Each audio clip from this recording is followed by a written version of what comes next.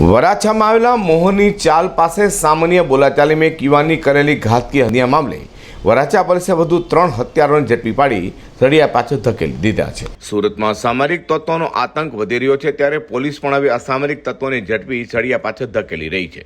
તો સુરતના વરાછામાં મોહનની ચાલ પાસે થોડા દિવસ અગાઉ એક યુવાનની સામાન્ય બોલાચાલીમાં ચપ્પુના ઘા ઝીકી હત્યા કરાઈ હતી।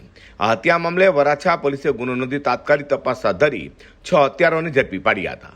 તો આ હત્યામાં ભાગતા ફરતા વધુ 3 હત્યારાઓને પણ વરાછા પોલીસે ઝડપી પાડ્યા છે। સુરત શહેરના વરાછા પોલીસ સ્ટેશનમાં માતાવાળી મોહનની ચાલ મુરલીધર પાનના ગલ્લા ઉપર સિગરેટના પૈસા બાબતે બોલાચાલી થયેલી અને એ બાબતે આરોપીઓએ પોતે એક યુવકનું ત્યાં પ્રાણઘાતક હથિયારોથી આરોપીઓએ ભેગા મળી હુમલો કરેલો।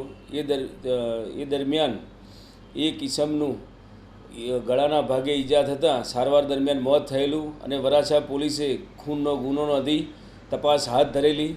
આ ગુનાના કામે અગાઉ કુલ 6 આરોપીઓને તાત્કાલિક પકડી લીધેલા અને અન્ય આરોપી જેઓ ભાગી ગયેલા તો માનનીય police commissioner Shri Ajay Tomar sir, additional commissioner sector 1 માલ સર તેમજ ડીસીપી ઝોન 1 સરે તાત્કાલિક આ આરોપીઓને રાઉન્ડ અપ કરી અને પકડી પાડવા સૂચના કરતા વરાછા પોલીસ સ્ટેશનના પોલીસ ઇન્સ્પેક્ટર તથા સર્વેલન્સની ટીમ હ્યુમન ઇન્ટેલિજન્સ તથા ટેકનિકલ ઇન્ટેલિજન્સના આધારે બોટાદ જિલ્લા ખાતેથી 3 આરોપીઓને તુરંત જ ધરપકડ કરેલી અને હાલ આરોપીઓ પોલીસ કસ્ટડીમાં છે, તપાસ ચાલુ છે।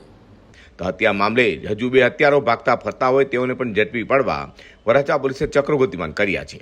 અત્યાર સુધી હત્યા મામલે વરાછા 9 આરોપીઓની ધરપકડ કરી વધુ તપાસ હાથ ધરી છે। અઝર કુર્સી સાથે હર્ષદ સેઠા।